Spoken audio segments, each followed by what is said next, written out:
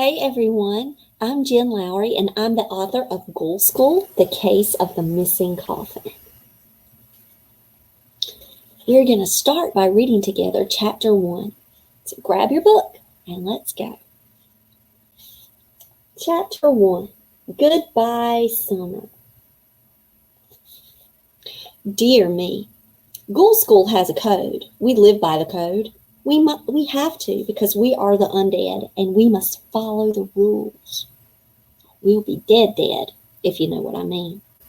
My name is Vlad Volconi, and if you say it with my accent, it sounds pretty cool, but this is my diary, so it's not like you can hear me say it. Vlad Volconi.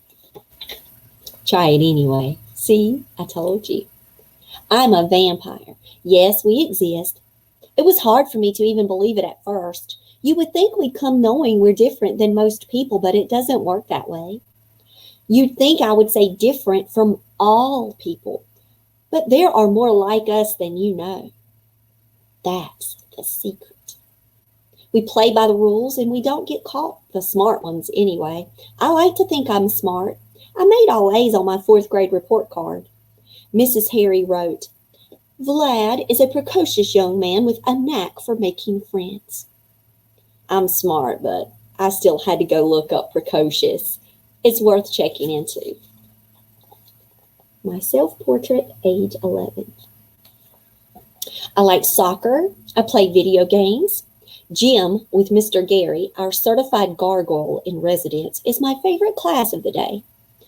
I'm your typical boy, but not. I just have fangs and can fly if I choose to. And just like Mrs. Harry said, it's easy for me to make friends. I do nothing but smile. Fangs might draw people in. It could be my charismatic nature. I had to look that word up too. Mom says vampires have ways of persuasion. I haven't come into my full powers yet, but one day soon, I'm sure it'll happen. My heart doesn't beat, but if it did, I'm telling you who it would race for. Sarah Howe. She's my friend, but maybe this year I can tell her how I really feel. But that's our secret. Dad was right. It's good to have a place to write my thoughts where no one else will see. And if you found this diary, then that means I am dead. And it won't matter at that point anyway. You'll think it's a fake story. Keep believing that. I don't mind. I understand. Dad says vampires can get sad being away from the day for their whole lives. Writing can bring in a little sunlight, even in the darkest times. It can also help me think. I've been planning all the ways I can tell Sarah how I like her. Here's the best line I've got. I don't have my license yet, but you drive me wild. I think that might be the one I use tonight. It's the first day back from summer vacation. I have to say goodbye to our night flights to Eldridge Park. It's so cool to be there after hours. The whole amusement park is ours. Dad says it's always better at night because we have no lines. Or hear tortured cries of human kids cry after their moms. Mom plays the Soul Man's greatest hits on her playlist as we walk through the empty park to give us sounds to fill up all the empty spaces. We make the best of this life. My parents are helping me figure out how. Goodbye, summer. Hello, school. Hello, Sarah Howe. I'm seeing you soon. Bye, me.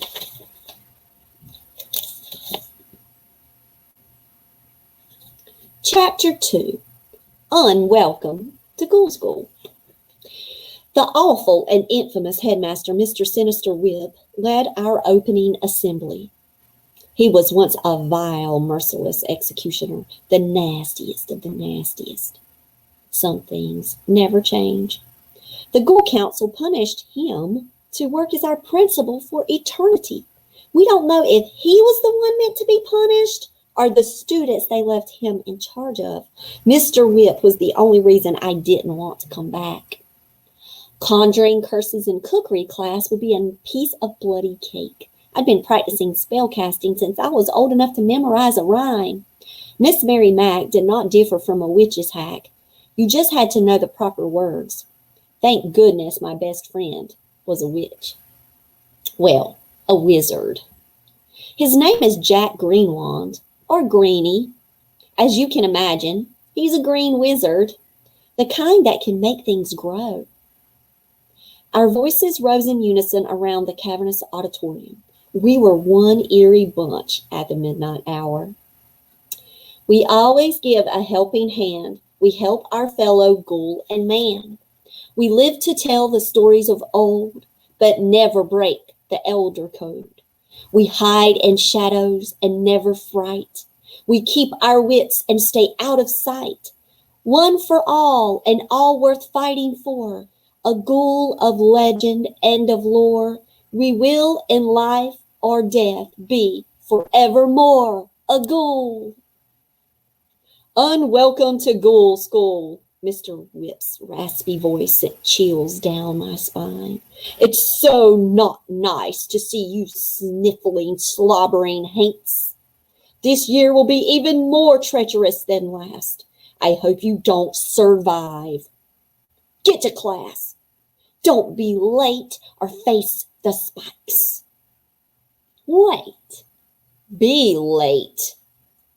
Let my pets catch you in their webs. He held up the detonator and let the first bell of the year explode.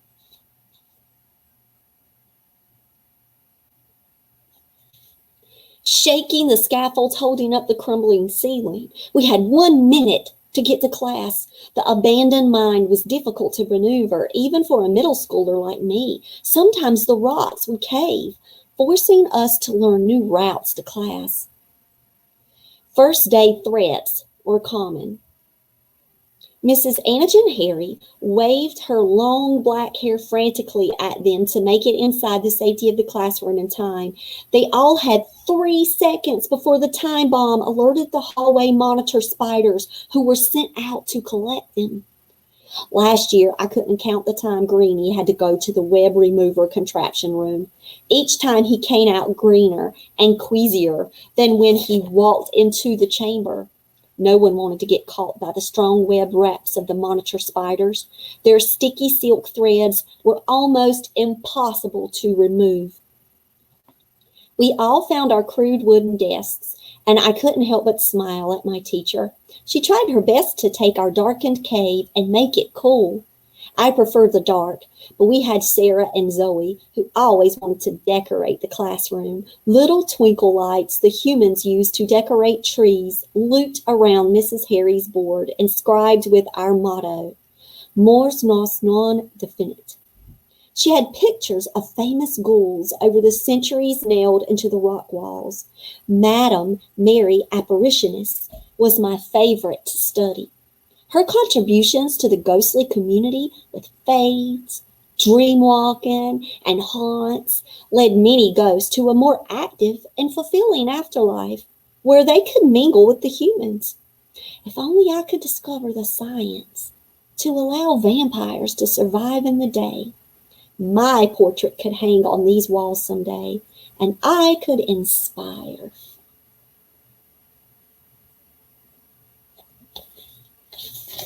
Someone else to invent something new. The torches left off a soft glow against the walls, and I found myself mesmerized by the patterned shapes I could discover there.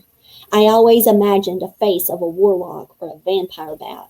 It was so easy to get lost in the, my lovely little darlings. Mrs. Harry caught my attention.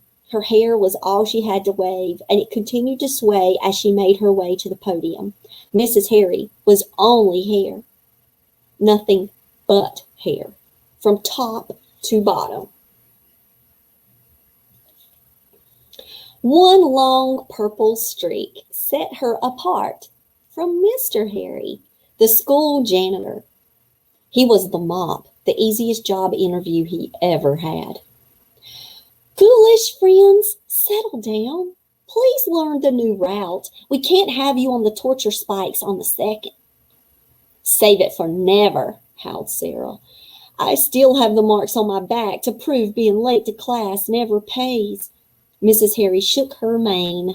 I don't mind the spikes. It's like a big hairbrush, if you ask me. Mrs. Harry had been our teacher last year, and Mr. Whip thought he'd torture her by making her graduate with us to middle school. Mrs. Harry made a little motion with her hair that Vlad imagined was a wink at us after she told us the news. It was what she was hoping for. Us, too. Mrs. Harry was the kindest teacher in Ghoul School. Mrs. Harry, how was your summer? Asked Zoe from the back row. She always sat in the back of the class. In case she came unwrapped, she'd have an easy way to escape. Dad said it couldn't be fun to be a zombie, always living in fear of exposing skin to fresh air, causing the rot cycle to accelerate. What putrid outer layer she had left would start to rot off faster, not to mention the smell, but Zoe didn't seem to mind. She smiled most nights more than she moaned. That's saying something. Well, it was lovely, dear. Thanks for asking. Mr. Harry and I took a cruise to Jamaica. I got pictures of him in braids. It was so hot there, and the moisture didn't do much for my hair, but the sea was crystal blue, the color of Sarah's eyes. I looked over at Sarah. She was as pretty as ever. No one would have ever expected she'd be a student at Ghoul School. She didn't have green skin like Jack or fangs like me. Sarah could have gone to regular school if she wanted, but stayed with us. She'd only need a sick note during a full moon. We need to be very mindful of Mr. Whip's moods, whispered Miss Harry. He seems more despicable than ever. But beyond that, welcome. Let me say again, welcome back to Ghoul School and 5th grade. Time to repeat the morning rules and then learn your first spell.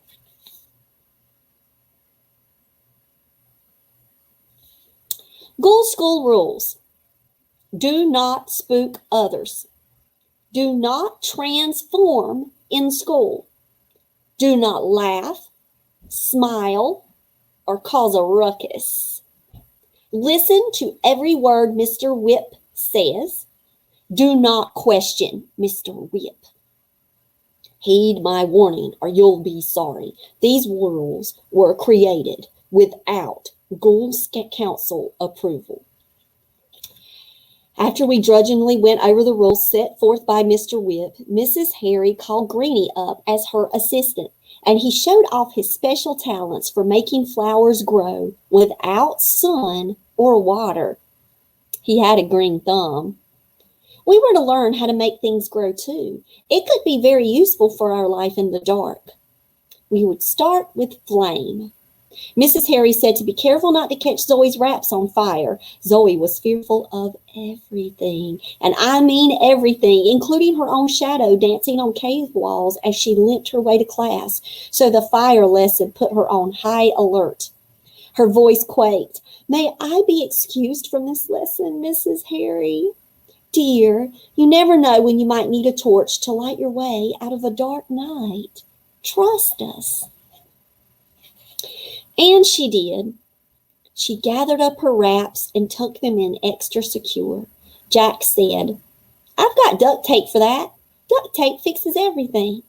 No thanks, Greenie, she said, rolling her eyes. I've got it covered. Good one, Zoe, said Sarah as she leaned over to give her friend a quick hug for extra insurance. It's so good to be back at school.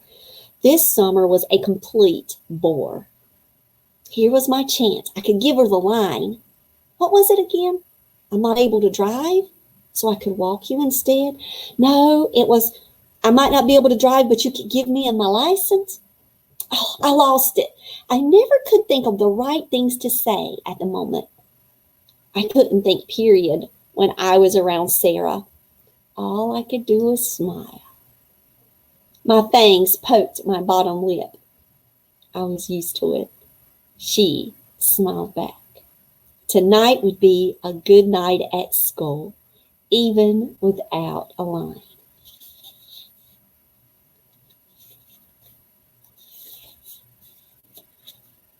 And join me again, and we're going to read chapters 3 and 4 together.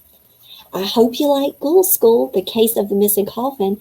Feel free to email me at jenlowrywrites@gmail.com and tell me what you like about the story. Send me your artwork, your poetry. You can create a new adventure for Vlad Volcani and his friends of Ghoul School.